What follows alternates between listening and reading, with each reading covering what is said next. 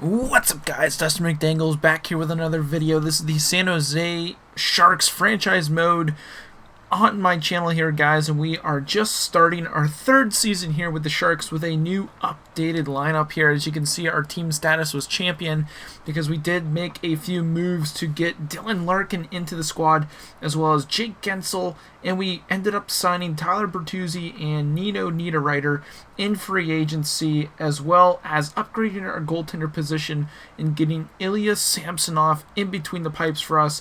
Big upgrade as we go from an 84 goalie from Martin Jones to an 87 overall in Ilya Samsonov, as well as shedding some cap space for next season, which we will need to re-sign a bunch of our players, including our new addition of Dylan Larkin, which I actually want to go ahead and try and sign right now. He's going to want 11.7. I'm going to see if he will take a little bit of a discount and go for $10.4 million. I feel like that is a great offer for him. Timo Meier also wants an extension, and he wants $7 million, so I want to sort of see what Dylan Larkin says first before we do offer him. Merkley will want an offer as well, and he will want 4.7, which is quite a lot, and he also does want to re-sign, so we might be able to get him for a cheap deal.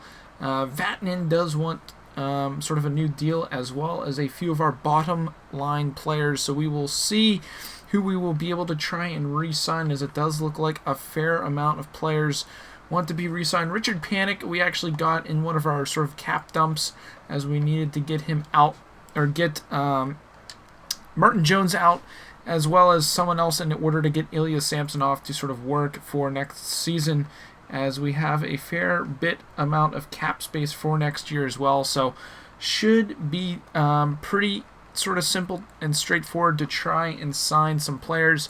But let's go ahead and sort of, I want to try and move out Richard Panik, I'm not going to lie, just to get sort of that cap off of our sort of our docket right now. I don't know how many teams will actually sort of want him. Let's go ahead and go down to him. Where is he? Richard Panik. Not a lot of trade value. Might be able to try and get a pick out of him. I would need to find a team that has a lot of space here, and it does look like the Vegas Golden Knights have a lot of room and space for a player. Let's go ahead, try and get a third-round pick. Vegas would have too many players, so we wouldn't be able to do that. We have to find a team that has one, cap space, and two, sort of the means to take on another player. The Pittsburgh Penguins look like they have some room here. Try and get the Arizona Coyotes third-round pick from them for Richard Panik. Should go through, does not. Let's go ahead and try for the Pittsburgh Penguins fourth-round pick. That should go through, and that trade is accepted, as we will move that salary sort of off of our docket here for this season. But let's go ahead and get sort of into the simulation here of this first month and see how the team is sort of buzzing right now, as we started off the season with a early win against the Philadelphia Flyers. Hopefully the team can stay healthy this season. Larkin is not interested in extending his contract at the moment. He will want more money, so let's try and get a bigger money offer for him sort of in our next offer, as I can understand how he would want sort of a bigger payday as we are getting through this simulation here. A loss to the Panthers and 2 wins in a row before Timo Meier actually goes down with an injury. Let's go ahead, edit our lineup. Unfortunately, third line right winger, not what you want to see, as our next sort of scratch player that we can put in is Gramble. Let's go ahead and get him in there. He actually does get that +1 up there on the third line, so not too terrible of a substitution, as Simic has actually gone down as well. I believe that's with the AHL. Yeah, that's with the AHL, so I'm not too worried about that, as we could go ahead and get this taken care of. Back into the simulation here after a three-game win streak. Simic back into the lineups. Let's go ahead and just do best lines for that, because that's the AHL. So far, not too terrible start halfway through the season, 4-2-1. I do want to, however, check sort of our lines here real quick to see if that best line sort of messed with anything with the San Jose Sharks, and it doesn't look like it did, so thankfully that is nice there. I do want to sort of take a look and view this draft class to see if there is anybody we could actually sort of key in here to sort of scout the Roosters. That's actually a pretty sick looking logo. Don't have any scouts in that region, unfortunately. No scouts in that region. We're going to have to get some scouts here. We don't have any scouts at all in the La Liga and the DEL, which is kind of interesting. Do we have any scouts here? We don't. So let me go ahead and take a look at sort of our scouting situation here. Let's see how many. We only have 11 scouts, so we actually do need to hire a fair amount of scouts here. Let's go ahead and take a look at who we could possibly hire. Well, looking at Europe, there isn't a great sort of scout possible, but we will go ahead and offer one of those guys up, which is totally fine with me. No USA scouts to sort of hire. QMJ, potential hire there. Could go ahead and hire this OHL scout. Can never have too many OHL scouts. WHL got a C-, which is perfectly fine. Go with that. Does he have a region sort of status? I do not know. But that's nice to sort of try and go ahead and get some more scouts on the board here. Scandinavia, C+, perfectly fine with me. Can we get a Russian scout? Ooh, D. He wants 6 years, but that's totally fine. We'll go ahead and get him into the lineup so we can go ahead and scout some players, which would be sort of most beneficial as we want to sort of figure out what that will look like moving forward into the future. Let's actually go ahead and offer Larkin sort of a bigger contract deal, as he sort of declined sort of the discount deal, but let's go ahead, keep it in the 11s and go 11.25 million for 7 years. Might be willing to sort of take that offer, which would be huge, as we have ample cap room, I believe, for next season. So hopefully he does end up taking that, and we can sort of build around him with sort of our salary, as Carlson leading the way with points so far this year. Kind of weird sort of seeing that, as we will go ahead simulate through the rest of this month here, as Simic has been injured. We'll just have the head coach replace that player. We are getting our scouts to sign those deals, as the game against the Devils was a victory, as a lot of these scouts are signing, which is awesome to see. Get some more scouts out there.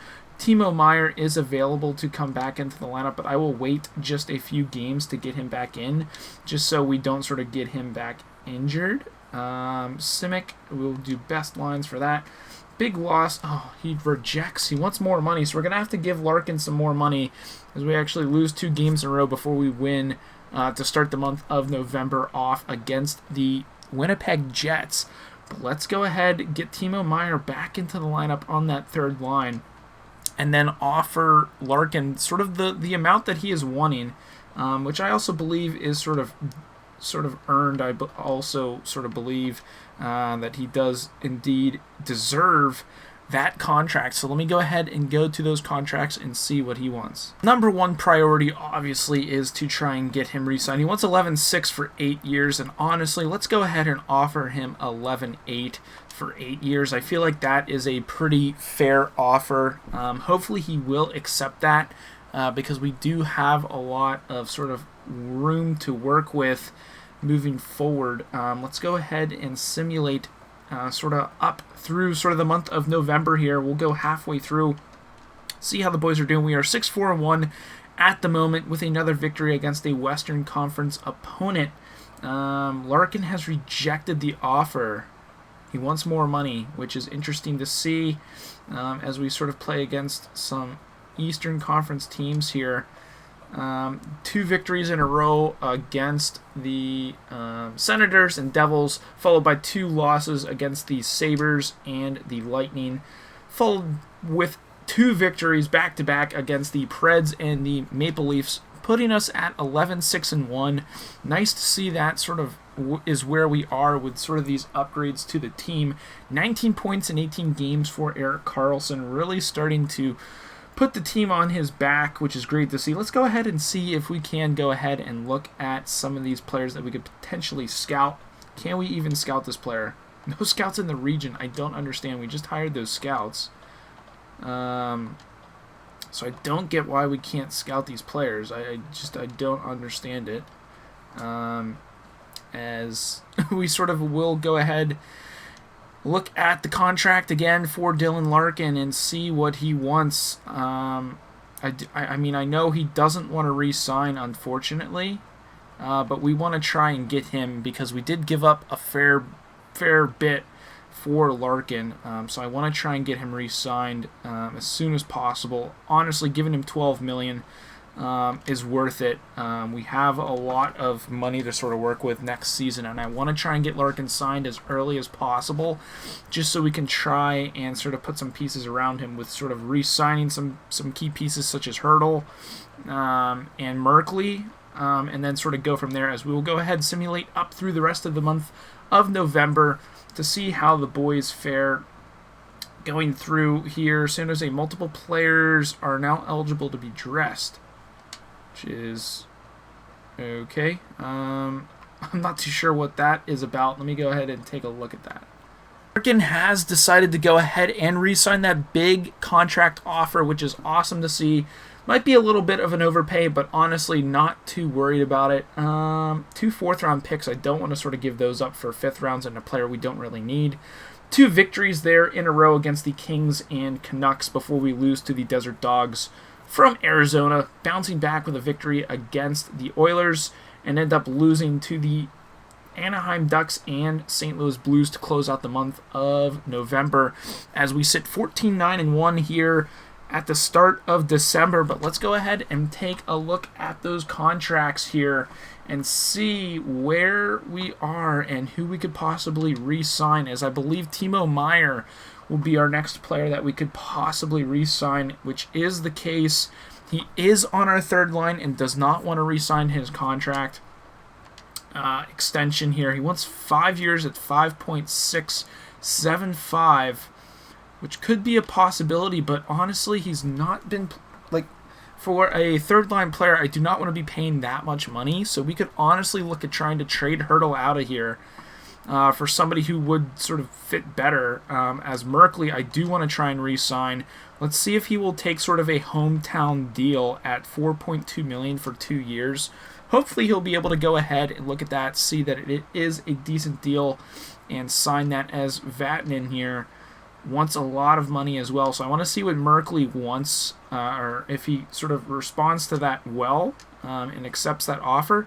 2 years, he does want to re-sign. Let's go ahead and give him 1.5, which I feel like would be a good deal. Looking at Justin Williams, we could probably let him go as he is getting pretty old. Tyler Bozak does not want to re-sign, but he does want sort of a cheap deal, and honestly, I'd be willing to give him $1.775 million for 2 years, as he is getting older, but he is a key part on that third line.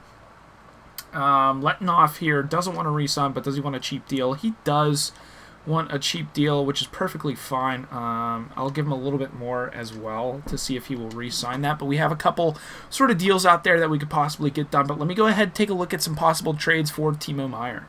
So here we have a decent trade offer for Jesse Puljujarvi, as the cap space is really tight right here. So honestly, I feel like if we get sort of a player off their books that has 1 year worth of value, I would be okay sort of taking on that salary, just because we do have enough this year to sort of take on some extra salary with this. Let me go ahead and see who they're looking to get rid of. And it looks like this guy right here, Marcus Nutivari, they are looking to possibly move out. 2 years at $3 million. Honestly, that wouldn't be too bad. They are still over that cap room. Let's see if there's somebody else that we could sort of get out of there. Sort of worth that amount. And it's not looking like there is anyone else that we could possibly take. We could take this guy at 1.74. But we would need to take somebody else. We'll have to take that guy as well, with sort of that amount of cap space sort of needed to make this deal work, as I'd be okay sort of, oh man, We're going to have to take this guy off, and we're going to have to retain some of Meyer's salary, which is perfectly fine for this year because we have a ton of cap space to work with. I just feel like getting him off the books to try and getting somebody else re-signed later on down the line is the right move here, as it might honestly outweigh us as well. But let's go ahead and see if that trade will go through, but it is rejected. Let's go ahead and see if we can sort of throw in a late draft pick here. So like a 5th round pick. Let's see if that will work. That trade is rejected. Let's see if we can sort of wheel and deal here. Let's go with a 4th round pick here from us. See if that will go through. That is not. So we'll have to sort of throw in some more draft picks, unfortunately. We'll throw a 4th and a 5th, as well as Timo Meier from Jesse Pulivari and Nutavaria. See if that goes through. Unwilling to part ways. That is so unfortunate, guys, as I really do sort of want this to go through. I mean, I'd be willing to go up to a 4th round pick for that, honestly, to sort of see if we can get him out of here, and that is just not going through. I don't see why that wouldn't. See if a 3rd round pick later on down the line will sort of make up for this. I feel like it might, and that trade is rejected, so they do not want Timo Meier, as we will have to sort of look and see what other teams we could sort of try and get at. Andre Burakovsky does fit our 3rd line and honestly would work as well. We could also try and get some picks out of this, which could be a good steal, or even another player potentially here. Let's take a look and see sort of what players they have that we could try and poach off of their team. I mean, Ryan Donato would be pretty sweet of a shout. Does it even fit our team? Fits forward line 2, which we don't really need a forward line 2 center. So honestly, I'd be worth trying to steal a first round pick out of this. Oh man, that would be sort of a crazy steal. Let's go ahead and try and add some 2nd round picks here. Get 1 2nd round pick, and then we'll throw in honestly a 4th round pick to try and see if that will work. That is honestly would be an awesome sort of shout if we can get that to work. Trade is rejected.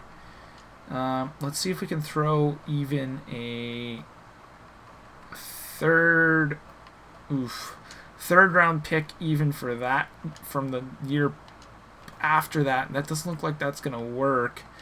So let's go ahead and take those off. We're probably not going to be able to get that 1st round pick, unfortunately.